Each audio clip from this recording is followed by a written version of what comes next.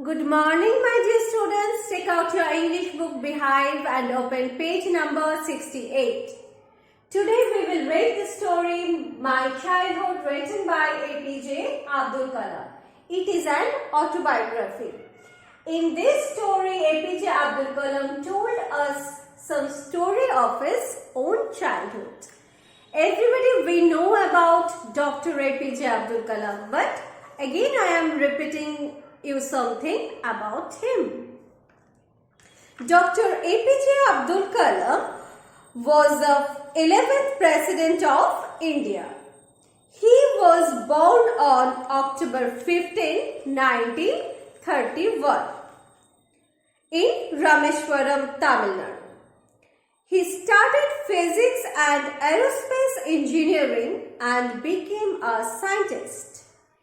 He served the Defense Research and Development Organization and the Indian Space Research Organization for nearly 4 decades. He is known as the Missile Man of India. Now, what is the theme of the story? The theme of the story reflects on the harmony and prejudice present in Indian society.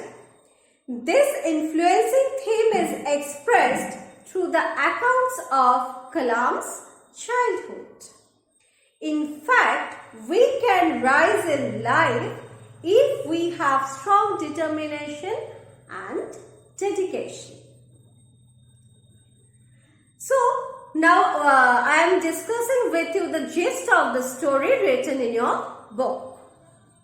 My Childhood is an extract taken from the autobiographical book Wings of Fire by Dr. APJ Abdul Kalam. Here, Dr. Kalam, who was one of the greatest scientists of India and 11th President of India, gives an account of his childhood days. His journey from a middle-class family in Rameshwaram to the president's house has not been a smooth ride. He worked hard and faced all the challenges of life. This great scientist and a missile man of India was born in a Muslim family in an island town of Rameshwaram, Tamil Nadu. In his childhood, he was greatly influenced by his parents, his teacher, and his friends. His father, Jainal Abidin, was not much educated, but he was a very generous and kind person. He was not rich, but provided his children a secure childhood. Abdul inherited honesty and self-discipline from his father and faith in goodness and deep kindness from his mother.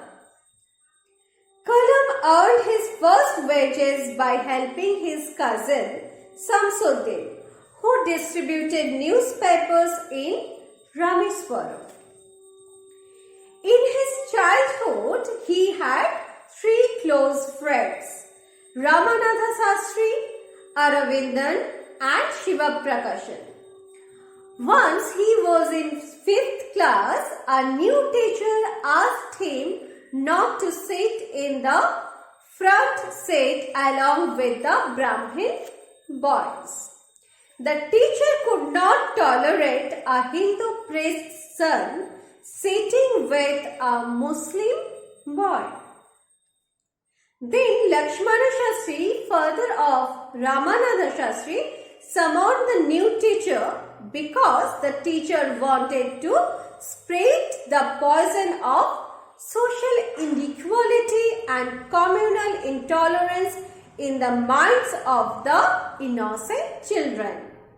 He asked the teacher to feel sorry or quit the school and the island also. Abdul was also greatly influenced by his science teacher Siva Subramania Iyer. He learned the lessons of breaking social barriers from him. Iyer invited him to his house for a meal. His wife was an Orthodox Brahmin who refused to serve food to a Muslim boy in her so-called ritually pure kitchen. Iyer served him with his own hands and sat down beside him. The next time when Abdul visited the house of Siva Subramania, his wife served him with her own hands. Thus, he was successful in changing the conservative attitude of his wife. For higher education, he sought permission from his father to leave Rameswaram and study at the district headquarters in Ramanathanpuram. His mother was hesitant, but his father encouraged him and said to him, Abdul, I know you have to go away to grow. Does the seagull not fly across the sun alone and without a nest? Okay, we have finished the story. Thank you. Bye.